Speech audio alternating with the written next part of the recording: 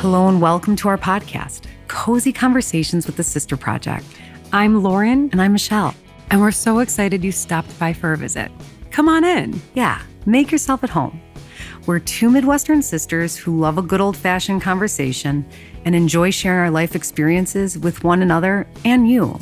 Consider this your one-stop shop for cozy, mindful well-being, along with some entertainment and lots of wheezy laughing. Oh, you bet there'll be a lot of that going around.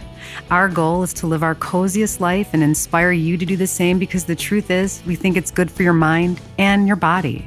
Thank you so much for tuning in. Now, let's get cozy. Well, hello there, and welcome to Cozy Conversations with the Sister Project. This is Lauren, your host, and I'm joined by my co-host, Michelle Anderson. Yes, you're always steady person, co-pilot, peanut butter to your jelly. Yeah. I'm here. Wow. Salt to my pepper, yin to my yang. Yes. Here we are. Bring your coffee or not. So before we dive into today's episode, a friendly reminder, get your tickets for Zanies. Zanies in Rosemont. There has been some conflicting reports and confusion among some of our cool whiffs and listeners out there. Oh, I thought it was at Chicago. No, it is at Rosemont. There's more space for more Cozy Convo listeners and more whiffs. Mm-hmm. So get your ticket. They are $25. It is on Saturday, April 12th at 4 p.m. Perfect time for you to go grab a bite beforehand, a brunch, or perfect opportunity for you to catch an early show with the Sister Project and then grab dinner afterwards. Yeah, plenty of options out there. Yeah. And you guys, some people are like, what are you guys doing? Are you guys doing stand-up? No. We're not doing stand-up. No, that's not what we do here. No. This is like a live recording of our podcast, you guys. It is the same format that you get day in, day out for 334 episodes. It just will be a different way of doing it because we're live with you guys and we're going to be telling stories that we have never shared on our podcast. So it'll definitely be worth the joining in on the fun. So tickets are available. Find the link below on your show notes, and that is where you can procure yours and whoever you want to go with. Michelle, you have some announcements. Couple things. Yeah. Pigs are busy this month, friends. If you are looking to get some live music this weekend, we are playing at Mystic Rogue on March 14th at 8 p.m. I don't know where that is. I'm going to Waze it when I head there that night. So I'll put the link to the band's website so you guys can go find out where all of our future events are. And then also, I was invited to sit on the Real Social panel at NetGame to discuss my experience with social media with my kids. That is on March 19th at 7 p.m. Again, I'll leave the link in the show notes if that sounds like something you might be curious. I told the gals there, I'm going to mainly headline with don't do what I did with social media. So there you go. Which is what? What, you know what I tell you? Don't give the phone. Hold on to it as long as you can. Prolong and avoid. It's inevitable, but prolong it as much as possible. That's what I'll be sharing. Learn from Amazing. Learn from other people's mistakes. All right, listener, thank you as always for pressing play. If you have not yet left us a review, please do so. From now until our Zany show, we will take 2 of the newest reviews and read them live on stage. So especially if you're going to be in attendance and you want a shout out in person, write us in. You can email us at contact@thesisterprojectblog.com, or you can do so on Apple Podcasts. Either way, we will see it come through and it will go into the bucket for the reading. All right, you guys, enjoy this episode and stay cozy.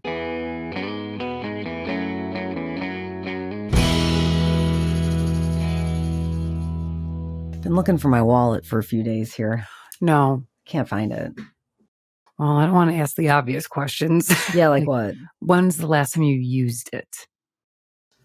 At Curaleaf. When was that? Friday. Okay, so it's Monday, and since then you've been looking for it. Mm-hmm. What do you think? I mean, probably underneath their car seat or something. I figured they'd call me if I left it. You haven't? Okay, so like, is it in a purse? Was it in your pocket? No, it's never in a purse. No. There's your first mistake. I know. I don't even know if I really actually own one. I know people that don't. Like my friend Maggie, she just rocks it in her back pocket. You know, she doesn't really carry. Maggie and I are kind of cut from the same cloth in that department. I find if they one day make it so I could put my driver's license on my phone, which I hear that's going to be a surprised they possibility haven't soon. done I that think yet. that's happening soon. That's going to change my life. I get it. Because I use Apple Pay for everything. Oh, yeah, no. Thank God for Apple Pay because I don't have any actual cards because I don't know where they are. Yeah, but if you're driving, you get pulled over, you need a license. Well, then I'm going to the clinker. Oh, I love that. I would love for you to get a mugshot. I mean, it wouldn't be my first. Didn't you get arrested in Lake Geneva? I did. For what? Cuffs and everything. Fun. Drinking in a parking lot after Killeen told us 73 times, no open containers of alcohol in the parking lot. They will arrest you. And you did. Yep. You got arrested. Click, taken to the big house. I was watching, and we'll talk about this later. I was watching the Devil in the Family, the fall of Ruby Frank, the family vlogger. Yeah, how is it? Oh God, stomach turning. I've never wanted. I want to be left alone in a room with her, and I want to just for 10 minutes, and I want to do all. I want to beat her up. I want to beat her up, and I want to see and I'm not like that. Is made of clay. That's I hate you. What I want to do. I mean, listen, so here's the deal. They arrest her out in the middle of the desert. And all I know is that I am a big sunglass wearer. If I leave the house and there's a shred of light in the sky, I'm wearing sunglasses until it's dark. It's the vampire in me. I just don't. I like to also just know where I don't need people to always know where I'm looking because if I'm, purple alert, if I want him to, I make eye contact with people, they don't know it. So when they arrested her, she's outside and it's so sunny and she's squinting her eyes, all this camera footage, vest footage from the cops. And I'm like, if I am ever arrested during the day for whatever reason, I will kindly ask, please, will you please put some shades on me? Yeah. Priority. That has to give me the right. I will forfeit my one call if I could have your big shades. My sunglasses. I actually got my glasses knocked off my face. I have a little bit of a black eye. Wait, let me see. Can't I have a little bit. A little, yeah, you got a little there's a bruise. Yeah, I definitely do. Yeah, I totally do. Hang on, you look like my glasses are after broke. She got too much Botox. You broke your glasses. I have to go back. I have to go to West End today to get them fixed. I think you should wear sport goggles at this point. I mean, after get what athletic happened, glasses. You can get hurt. I could have the nose thing on my metal frames could have cut my retina out of my eyeball. I've seen players take off those glasses to put on more sporty glasses. They weren't the kind of sport glasses that I wore in 6th and 7th grade. With a giant fat band around the head to hold them in place. I thought it was so cool. They almost look kind of like a sporty safety goggle that you would wear. You wouldn't actually even know that they were sport glasses. Well, Michelle, I mean, you can't. There is a lady there that she actually wears a cute pair of colorful frames that she took the lenses out of. Yeah. And they just serve as a protection. Cool. My problem is they look cool. She looks cute, whatever. It's smart. My problem is then I'd have to wear contacts and I can't see properly. I know that's insane. And I don't feel like I can get a clear visual with the pickle and the contact situation. In 6th grade when it was time for me I was playing, I think I was on the A team for basketball, but I probably was benched anyways. Doesn't matter. You guys don't need the specifics. Dad was you either need eyeglasses. He's you either need contacts or we can get you these sport goggles over here. I think he thought for sure I was going to go for contacts, but I was no way, Jose. I want people to know that I'm a true athlete. And I wore those sport goggles I was proud, from the WNBA. Nerd alert. Such a nerd, man. Huge geek. I'm I wasn't good. I just wish they would have just been why don't we look for other things for you? Well, that was the road. That was the path we took. It only took us 40 years to figure out where we really thrived. I mean, but even just as a kid, I wasn't going to podcast as a kid. It wasn't an option then anyway. No, golly. Anywho, so you got a black eye. I also see that tell me more about your week. What was going on? How'd your week go? My week went great. It was our first week in our first full week in our beds after our renovation. Congratulations. That is Yes. just a lovely, lovely feeling. I You can't know, imagine. it's a mood lifter. And, as I told Matt Rodriguez as we were having martinis with him last week, I am not going to have another visit with him where I get dressed in the scary part of my basement longer. Well, so it's been nice to, take a shower with our new, amazing, clean everything. Like a brand new, it's like you guys were in a hotel. So, shout out to Ela Combs for doing it, sticking to the sketch and making it a super pleasant experience. And then I ended my week and kicked off my weekend at the LaGrange Business Association Coffee and Conversations. This is like a monthly thing that they do. And you go and you meet with fellow local businesses and entrepreneurs, and the leader of the group asks a question. The theme this month was luck. What kind of luck have you experienced through your life? We talked about how luck is kind of the residue of hard work. I was just going to say it. Everybody shared. And I left feeling, I even said it out loud. I said, this feels like a support group for entrepreneurs. We need those as entrepreneurs. You really do, because it's really inspiring to hear all of these other people in the room getting up and showing up every single day. Totally. And for me, that was a bucket filler. So I loved that, kicking my week off like that, and then ending it with a black eye. I mean, I can't complain. I'm good. I can't. No complaints here. Well, I just want to interject with you mentioned our little martini date with Matt Rodriguez, and you guys, we found another spot for good teenies. Hoxton, the Hoxton Hotel over in the West Loop. They have a great dirty martini. Now, granted, they do not stuff their own blue cheese olives, which is a problem for me. Yeah, I would have omitted that, but that's okay. Because you can tell I can sniff out a store-bought olive, because they're perfectly injected with the blue cheese. Hand stuffed is more creamy. You can see a little bit of the residue on the outside. Totally, totally. Unless you're like me, where I stuff my own at home, and here we go. I'm stuffing them, and if there's any residue, I just lick it off. And put it in your own martini, which is fine, as long as you're not inviting friends over. As long as you're not inviting Matt over to your house and putting your licked olives. He could lick his own olives. Totally. No. I had a great week last week. Oh, hello. Oh, watch it now. Yeah, great week.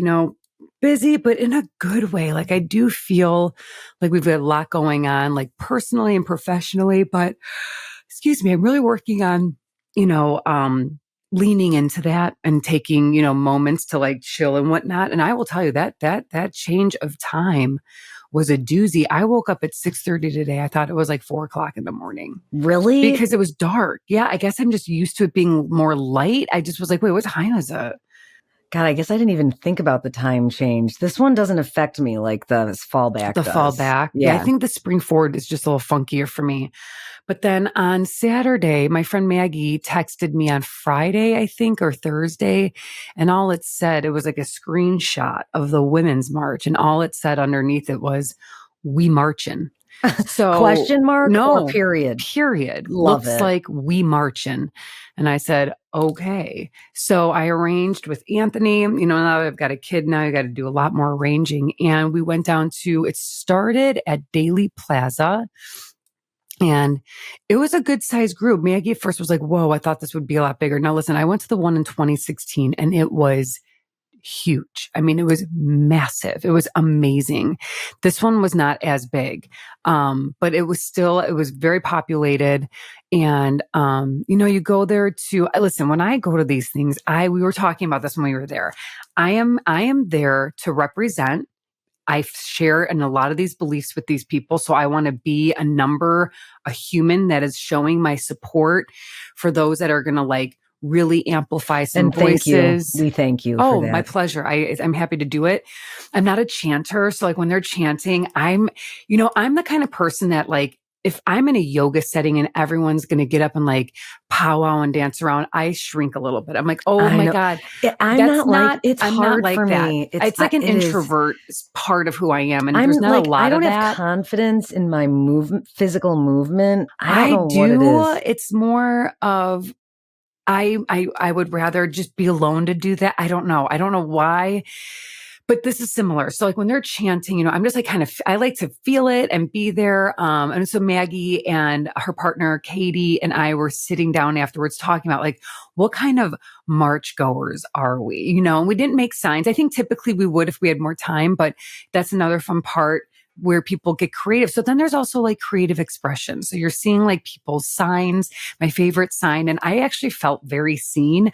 It was witches supporting other bitches. I'm like, and there was a moon on it. It was that the purple. one that you shared? Yeah, Did I'm you like, share that? Yeah. I saw that one. I'm like, that's whoever you are, you and I are simpatico, because that's how I feel. Like, and I will tell you that there were some old timers there, man. Maggie and I and Katie, we were talking about this one lady who was wearing like a scroll around her neck. And I kid you not, a scroll, like you roll like it up. Papyrus? Pretty much, and painted.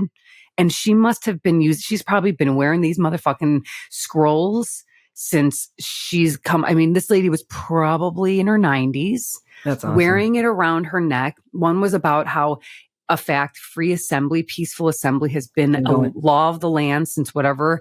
And the 1700s, right? Isn't that yes, what the date I think was? it said 1791 or something? Something like that. Peaceable. That's a long time. She might have been born then. Time. Maggie kept saying she came in from another dimension. Oh my God.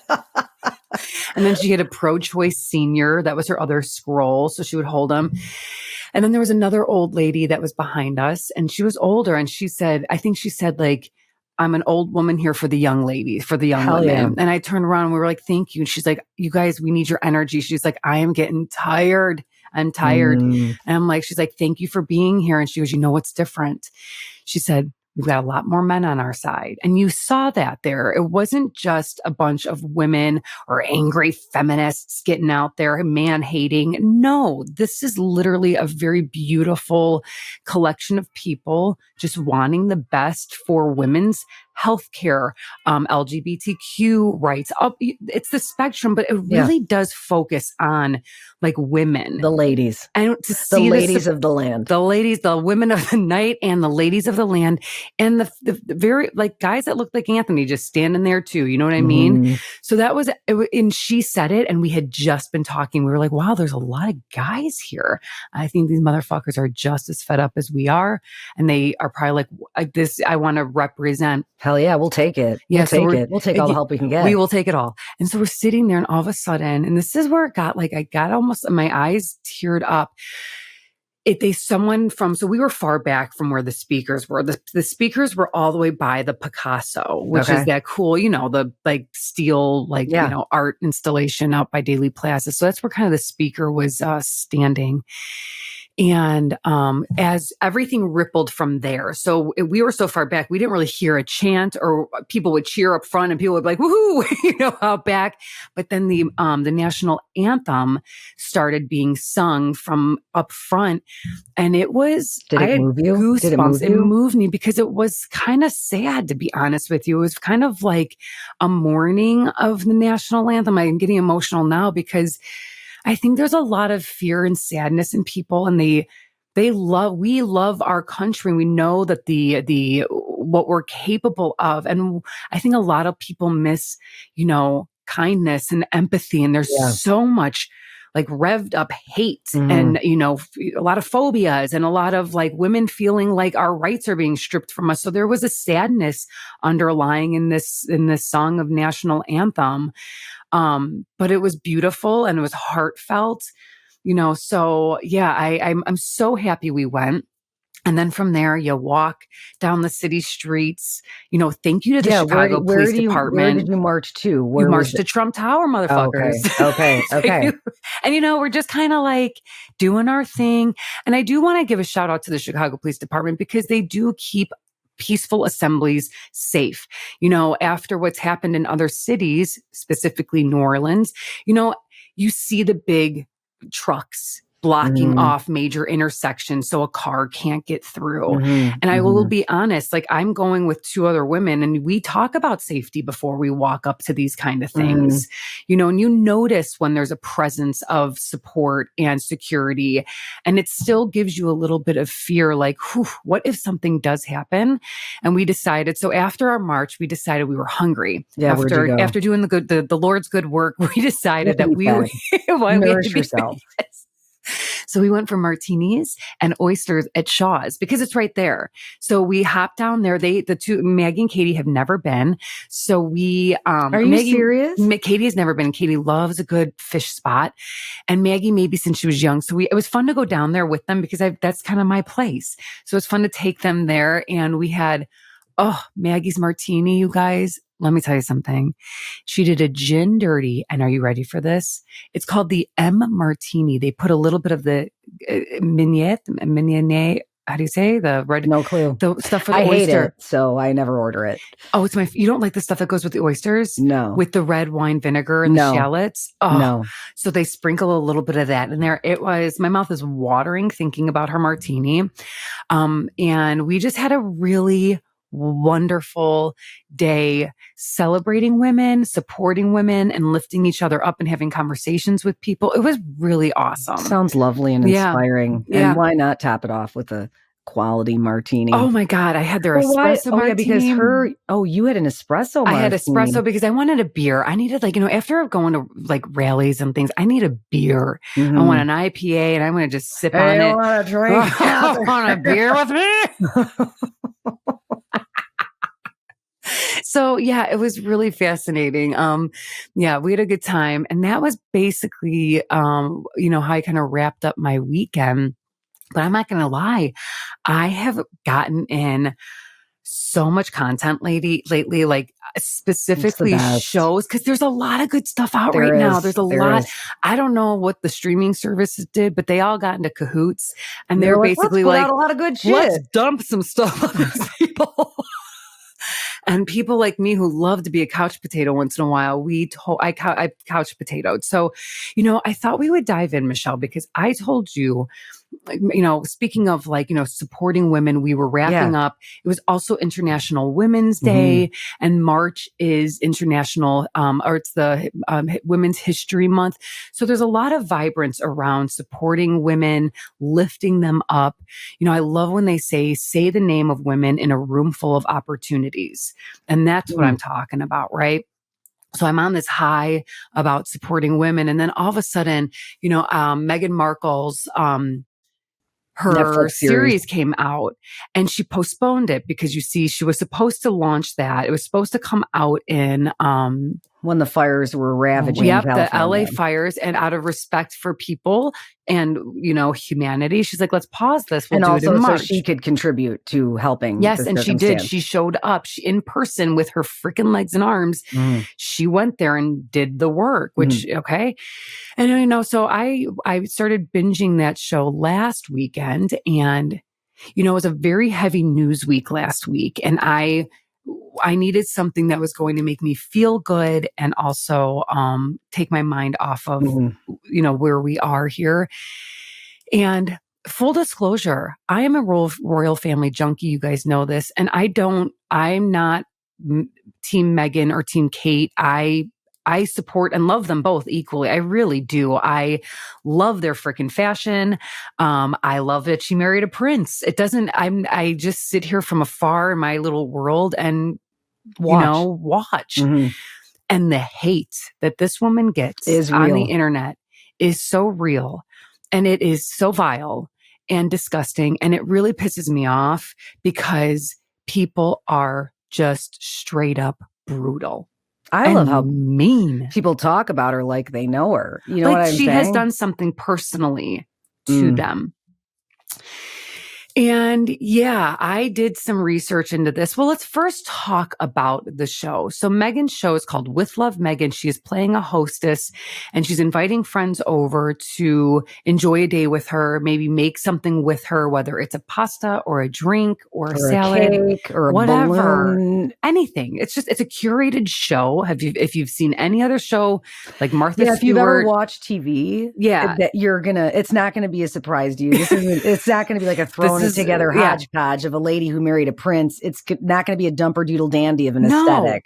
And I found myself on like episode 3 or 4 and I was like, whoa, what time is it? I was thoroughly enjoying myself. Totally. I had no anxiety. None. You don't have to think too deep on this. This is just kind of enjoying people talking and conversing and learning. Yeah. And also the takeaways are accessible. I know. She's doing and creating things that anyone could do and create. You don't need to be married to a prince to be able to achieve any single one of the things that she shared, which is what I loved about it. Yeah. And, so all in all, I enjoyed it. I know what her personality is like. I have watched her enough.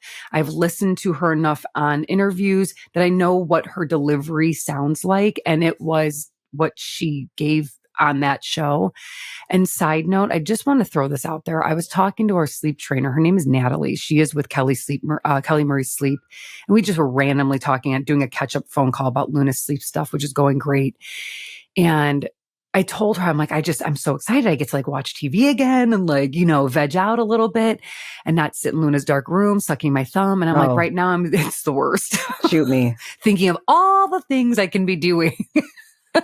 But Luna's sleeping there with one eye open, not anymore. And I said to her, I'm loving Meghan Markle's, Netflix series. And she goes, how is it? I'm it's relaxing. I'm just very soothing. I really like it. And she says, it's so funny. I went to Northwestern theater school. She was a fellow thespian. And I'm like, okay, Anne. And she goes, and she's as nice as that's her. What you see is what you get. She goes, she was absolutely lovely to be in school with. She's very nice. And that was kind of it. And I'm like, okay, well, this is coming from someone who actually spent time with this woman. When people say they're not a fan of her, what are the reasons for that? All right. I'm going to get a little controversial here, but I'm also going to get very real. I'm going to bet my bottom dollar that if this was a white woman and who maybe was never divorced and just kind of came out of the woodwork and married Prince Harry, first of all, who knows if they would have stayed in the family. But I think a lot of this does attribute to race. And I'm going to tell you why. I'm going to back this up with another whammy. When Beyonce won country, and this really fucking pissed me off. Not that she won, the gremlins on the internet, they were saying, oh, Beyonce, how does she win a country award, best country award? Now, if it was Carrie Underwood, and they named all of these other white women. So I'm sorry, but if you're going to name the one black woman who put out, and I don't know if she's I highly doubt she's the first black woman ever to put out a country album, but you see these people on the internet pointing out, but they won't say it. They will not say it's because she's black, but I'm telling you right now, it's because she's black. So I think race has a lot to do with it in the Meghan Markle case, but with this offshoot of a story, just seeing so many women, and it was specifically women. You didn't see a lot of men hooting and hollering about Beyonce or about Meghan Markle, but you get a lot of these white women who are really turned off by strong black women doing things that maybe they think only white people should be doing. So that just still lives and it's alive and well in this country. This thought that one kind of person should do something, but not the other kind of person. There's that. There's a race component, and she is a divorcee. That's another component that people, we're talking about the British royal family. And I think the real big doozy that people can't get over because they are living vicariously through the royal family, I don't know, is that they collectively decided, Harry and Meghan, to leave the royal family. And I think that really angers a lot of people, and they blame her like she came along, this floozy, and she took them out of the palace, and she's like, let's go make a better life for ourselves. Well, I gotta say, I have to say, her calm and cool demeanor and the way she carries herself just from what I have seen on this show, this must be a polar opposite experience of an existence to what it might look like living within the royal family. Absolutely, 100%. And here's another thing. I also think that Harry met a woman who was strong and had opinion and was brave. Had he married just kind of like another British woman, maybe who's kind of like in a line with the royal family, may not have encouraged him or listened to him or advocated with him and for him about maybe what he really wants to do in his life, and maybe hear what his experience was like as a human being, as a person, and not as what the world thinks and wants to believe about Prince Harry, that he's loving the royal life and he is here to be there and follow in the footsteps of his mother. Maybe he wants to do all these things, but he wants to do it in a place where he feels more comfortable and supported. I think that the royal family must be a doozy to live in.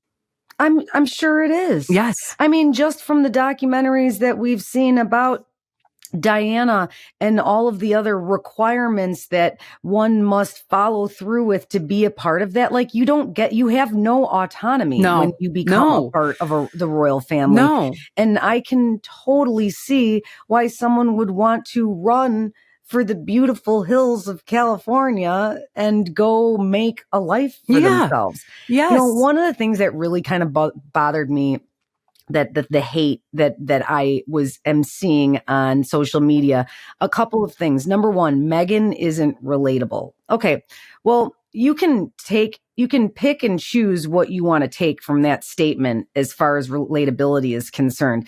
Are we married to princes, and do we live in?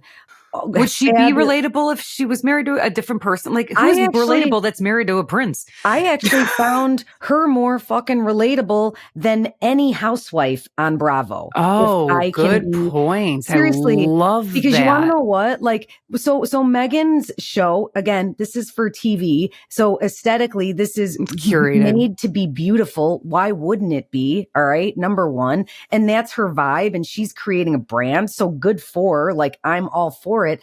But like, wasn't relatable. I'm like, I actually found a lot of the things that she was doing relatable. And also I want to incorporate that. Like, that gave me some ideas. Yeah, so you were inspired as well. I was inspired. And then I saw people here. I wrote a quote in my notes. There's her bizarre pasta recipe.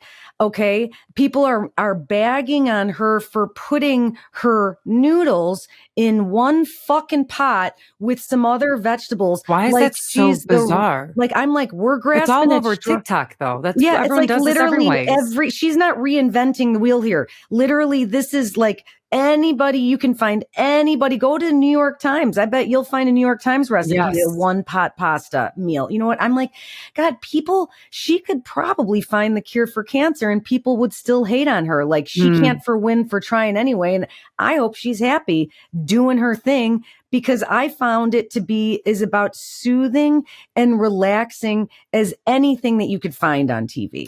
I agree. I thought it was I echo what you just said, very soothing and relaxing. But this talking shit about Meghan Markle is like, this is just one person. And I feel like that's a specific example of women tearing down other women. That's a very specific, we're pointing out Meghan Markle, but women are pinned against other women all the time. And if we amplify those voices where we're making fun of her or talking shit about her, how she behaved with her friends, like, you know what I kind of wonder sometimes when people are looking to get real mean and rip apart another person for just trying something, is she's just a human being trying to do something she wants to do in life. And why anyone thinks that they should be subject to, vile things on the internet, saying horrible things about the way she looks, about her mannerisms. I don't think I'll ever understand. People say horrible things about the way Meghan looks and her mannerisms. And I've heard things about, Oh Are my you God. asking Yeah. specifically? I mean, well, it's like people will go after anything because here I'm looking at her and I'm thinking I'm inspired by her fashion and the things that she wears and how last time I went shopping, I was in Zara and I was literally had Meghan Markle in the back of my mind. I'm like, I like her cool, Inspired by. simple, single tone, sophisticated style. I'm here Totally. for it. But Yeah, because there's also there's a part of the conversation here too, is that women talk shit about people who either they are jealous of or they are insecure about things themselves. So it's easy to tear other people down if you don't have for yourself a sense of being lifted up and feeling secure. So it's easier to find your own place in society if I can find that one woman to just kind of tear apart, whether you know her in town or she's Meghan Markle and you will never meet her, So this helps for some women. Like for you, you're inspired by her look. You're like, what can I wear I like her style? For others, it's just a sense of belonging. A lot of people like to rant and rave in collective with one another. So then you find your people and it's so poisonous and it's so venomous. But at the same time, it really is. but this is an opportunity. I will say this, maybe the next time, you're in a group for you or listener and someone's ripping on some lady, it's kind of like the Romy and Michelle. There's a scene in Romy and Michelle where the cool girls are always fucking ripping on them. And Romy and Michelle show up at the 10-year reunion and the popular girls are making fun of them again. And then there's that one popular girl who's mentally and just emotionally has risen above the popular gang. We call that the upper echelon. She's climbed to the upper echelon. That's her. She climbs out and they are making fun of their outfits that they sewed and created. And she comes out and she goes, all in all, I don't think their outfits are all that bad. And the popular girls are like, oh, you're not going to eviscerate them and make fun of them with us. And so then they look stupid. They look like assholes and everyone leaves happy-go-lucky and they're left feeling like a bunch of dumb, assholes. So that's always an opportunity to rise above and above. Point out the positive. Yeah. And acknowledge the efforts and solid, like a person's attempt to do something cool and put something out into the world that's respectable and not vile. Yeah. And we're celebrating women this month. And for that to be the headline for a whole week was how unrelatable and how all of the hate. I mean, literally headlines were reading, will Meghan Markle survive the hate for a second season? I'm like, what? Listen, how about this? Yeah. There's Guess 5 what she billion. did? And she did. She got a second season. And I will be tuning in. The funny comments were like, you guys hated her into a second season. Good job. Yay. Can't wait to watch it. Yeah. So as I was kind of excited for the Women's March, but seeing all this like hate, for this human being, this person, I'm thinking to myself also like, why don't you just watch something else? Like if you hated it so much, because these people will be like, I watched 3 episodes. I hate her. And I'm like, well, why did you watch 3 episodes if you hate her so much? I can't believe the time that people take on social media to wear wigs and like make fun of her hair. I'm like, you're a loser. But I'm like, I'm glad I saw it. I'm like, you're a fucking loser. You're taking time out of your precious day. You guess what? You got too much time that you're going and doing that and putting on a wig and imitating the way somebody talks. I'm like, take a hike. Your low vibes and the karma train's going to come pick you up soon. Yeah. And I was doing a little reading about internalized misogyny. And I think this is just something, if anyone wants to Google something later, it's an interesting way of looking at why people might have these kind of internal ways about talking shitty about other women. And it's kind of like an internalized way we unconsciously absorb like these sexist beliefs over time. So it's almost like you almost have to be as a person combative towards those thoughts. Listen, I have had plenty of times where I've wanted to like talk shit or be like, what the fuck? But if you can, and sometimes it does flip out. And I'm guilty of it. I have. I'm going to teach you a little trick. Sometimes if you feel like you want to text someone something or say something, say it out loud to yourself first. Just be in a room and just say whatever it is you're going to say, or write it in a text and delete it. And I guarantee you're going to feel better about not acting on that hatred or those shitty feelings. Even if you do feel them, at least you're not giving it too much momentum. And then maybe it'll give you a moment to reflect about what that thought was. Because for us, our job, getting all this content in and seeing all these people's, their lives are so overexposed. It's a lot for us as other people to like look in on and decide how do we feel about it. All I know is that we had a friend, he passed away many moons ago. His name was Butch Alberico. And he said, everyone is my friend except assholes. And I kind of feel in a line with that. Yeah. Like, just don't be an asshole. Don't be an asshole. It's just easy. Don't be an asshole. My final thought here is just that I liked the show a lot. I'm excited to see where it goes from here. And I too, Michelle, left feeling very inspired and looked at hosting in a new light. Little things like the making of the bath salts for her friends that were sleeping over and things like that. I was laughing so hard. I was actually thinking you and Meghan actually shared a lot of common traits in your hostessing. You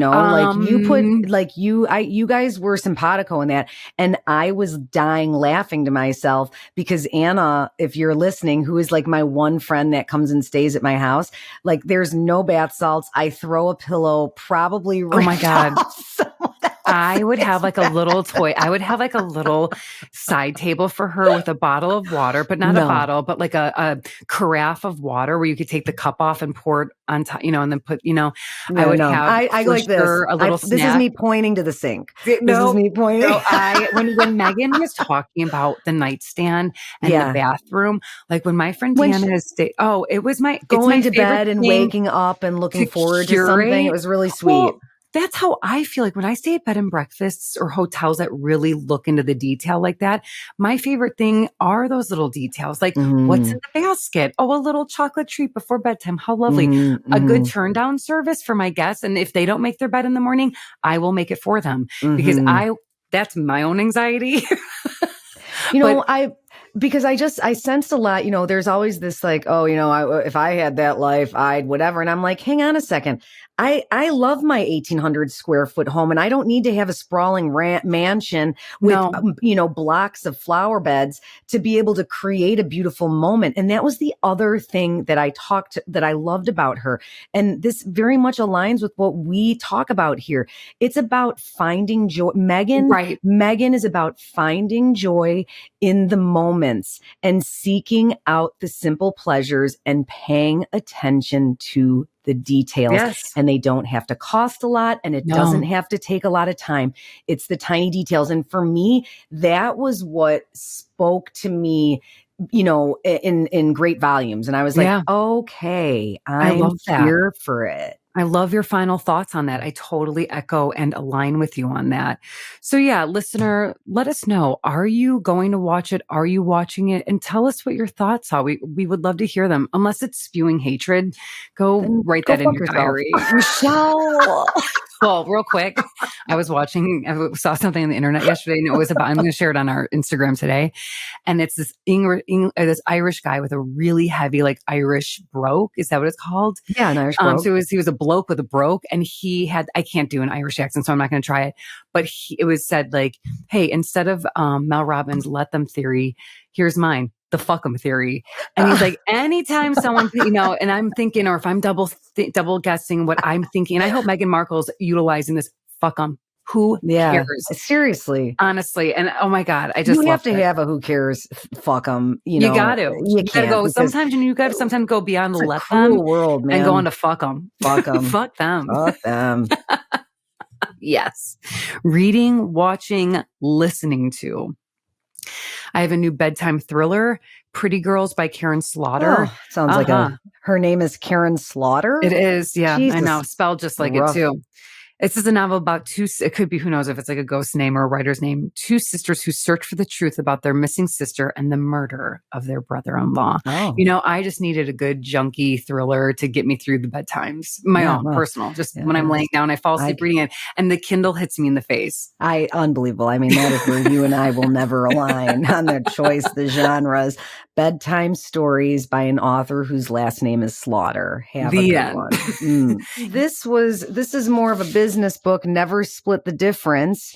Negotiating is if your life depends on it. And this was written by a dude who is a hostage negotiator. Oh God. Anyway, I want to read that. I want to actually read about his hostage negotiation. I think he talks about it a lot. Anyway, So we're talking about this in book club at the LaGrange Business Association's book club this Wednesday. So I'm going to do some power reading and go dive in. Club. Yeah. If I could have done another job in my life, had I just understood things differently back then, I probably would have gone into forensics or some sort of like not law enforcement, but like detective homicide. I want to help. Yep. I want to talk with the kidnappers and figure out how we can get these hostages safely out of their grip. That would have been your road. That would have been it. I would have been, Listen, it's never too late and you're never too old. So I'm just putting that out there. I completely agree with you. And I'm just saying that I do have a small spy kit in my backpack. In any case. Surprised. You cleaned out the vampire bag and now it's spies. I can't. Now moving on to watching. Oh, I can't wait for you to shred me. You go first. La Dolce Villa. I literally fell asleep to this, but this was again a show called La Dolce Villa in an effort to find something comforting, relaxing, and albeit set in Italy. And this is a story played by a dad. Scott Foley is the dad. Discovers from Felicity. Yes, he's cute. He is super cute. He's aged quite well, and he discovers that his daughter is about to buy an ancient Tuscan villa for $1 because, there really was a thing circulating where Italy was trying to get like pay $1 and pay no money for things. So I was like, that plot kind of connected with me. Anyway, so he rushes to, it's a romantic comedy, guys. No. This is exactly the opposite. Absolutely not. This is the lightest, fluffiest baloney ever. But Lauren, there are moments. A Hallmark movie. It is. It's a Hallmark movie set in Italy. 100% no. It is so cheesy. Is it really set in Italy, or do you think that they build a stage? I think it's absolute. I think they filmed in Italy, and there are scenes and that are. It brought me to Italy, and I'll finish it and let you know. But I started it last night, and I fell asleep with my face in my laptop because we haven't put a TV back in the bedroom yet. And will you be planning to do that? Putting a TV in the room? Yes. Hell yes. That is my favorite place to watch a good show. Michelle, La Dolce Villa was primarily filmed in Tuscany, Lazio, which is where our family is from, and in Rome. Yeah, I could tell. I can't think of any place here in the United States that would mirror an Italian town. I mean, these movie makers are going to these places to make these things. Well, because like you got said, a job. Do you want to film in Italy? Yeah, okay, I'll take it. Well, that's probably bringing some, economy and whatnot to the Italian places as well. I did not watch any feel-good, lighthearted, except for one kind of was. I watched, and I was reluctant to do it because I was like, I know the story. It's Ruby Frank. She abused her kids. It's horrific. And I just don't want to even hear about it. But then I think I was just like, you know what? I'm cleaning and mopping. I'm going to press play, and holy fucking smokes. Oh my God. Oh my jaw on the floor. I had to like from like Christmas Carol when Jacob Marley comes and visits. Yeah. I had to like take a towel and bring my jaw back up and tie it on top of my head. Lauren, really? Like, give me a teaser. Like, what was she's a vlogger. They live in Utah. She wants to be like the best mom ever. Wants everyone on the internet to see this, that she's a vlogger. Her daughter at the moment is campaigning against family vlogging. Could not support this more. I think putting your kids from the minute they're born until they're older on camera they don't have the wherewithal to say, no, I do not want to do this, and just subjecting them to that. So her daughter's campaigning against it. And it goes to show the slow evolution of abuse that happened in the family, which it seems like she always had a bit of a temper, and she was able to turn it on and off for the camera. They have a lot of B-roll that they shared. So a lot of behind the scenes of her filming, be like, hey, everyone, today's a great day to get your calendars out and let's color code. And then someone in the background would be screaming, and she'd be like, I'm recording. Shut up. If I've got to come down there one more. Okay, everyone. Today's a great day. Mommy dearest. It was fucking terrifying. So you knew that kind of behavior, and I get it. We all fall, we all give a good holler here and there, but you could see that her priority was creating this life on YouTube to get all these followers, millions. And then she meets Jody, who Jody's a real piece of work. Jody's a psychologist slash cult leader, small cult, a smallish cult. Like Ruby was the only one in the cult? No, that they had other people. It was based on psychology. And it was basically, it wasn't huge, but Ruby became her second in command, basically. And I believe that they probably became lovers as well, because then they began to kick the father and the oldest son out of the home. So they made them leave and cut off contact with them. And we're like, and you are now iced out for the father. These women should never, ever be allowed to spend time with children. No, there was is the cult leader in jail? Yes. Michelle, what did she go to jail for? Child abuse, neglect, and as a did she have children of her own? No. Was she okay? No, she was a man hating. She hated men. I think she was a closeted. I think she was gay, but that's not why she hated men. She just hated what she had a story. She wasn't willing to share it. She always went after other people who were happy.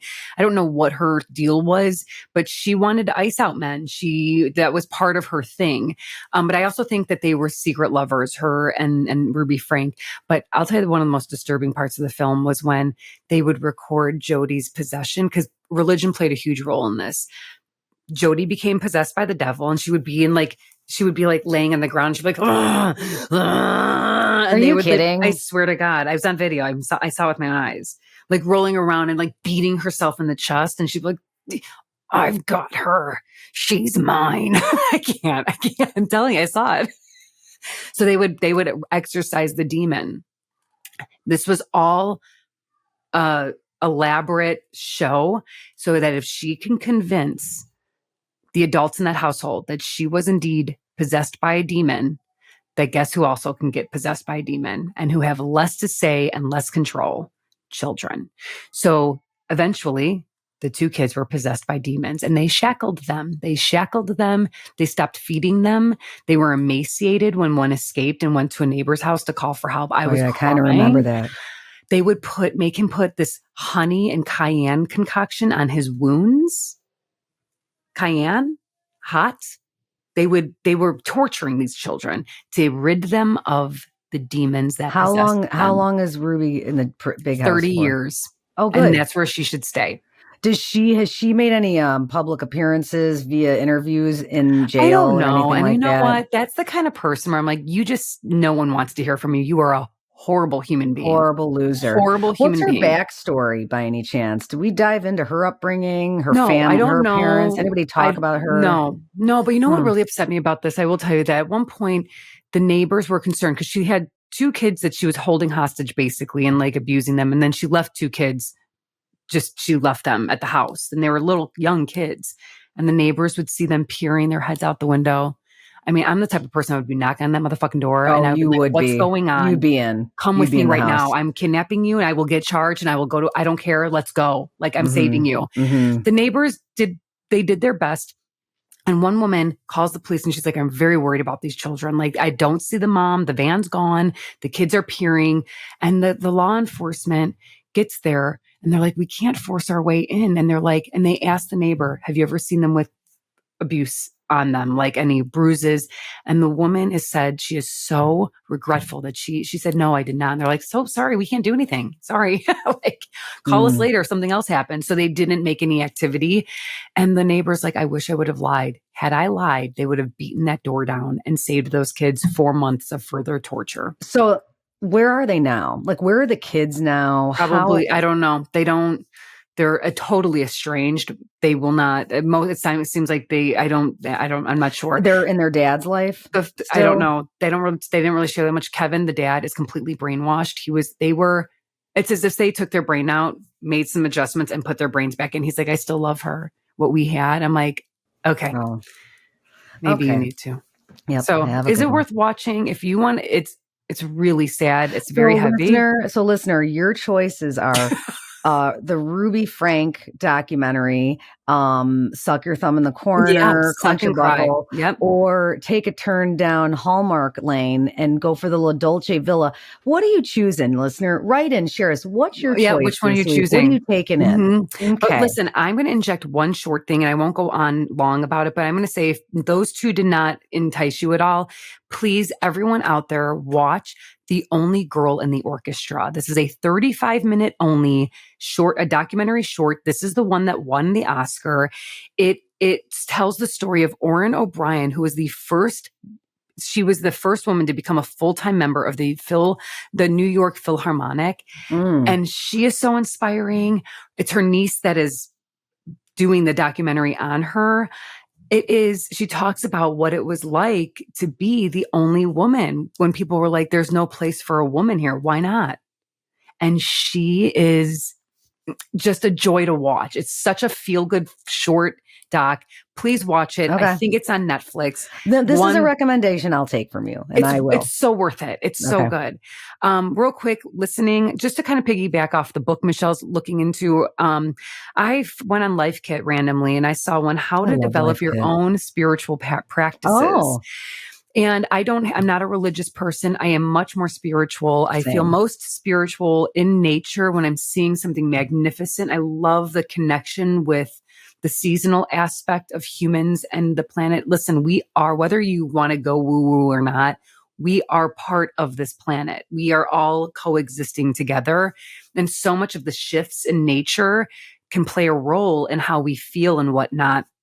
I also feel very spiritual when I'm feeling deeply connected to somebody, whether it is someone like Anthony or like meeting someone randomly and having a great conversation and you never speak or see of them again. But it was just a human interaction. To me, that's just cosmic. Yeah, totally. Or when you are with that chosen family that you found, your best friends, and you are having the best night ever. Yeah. That is a spiritual experience for me.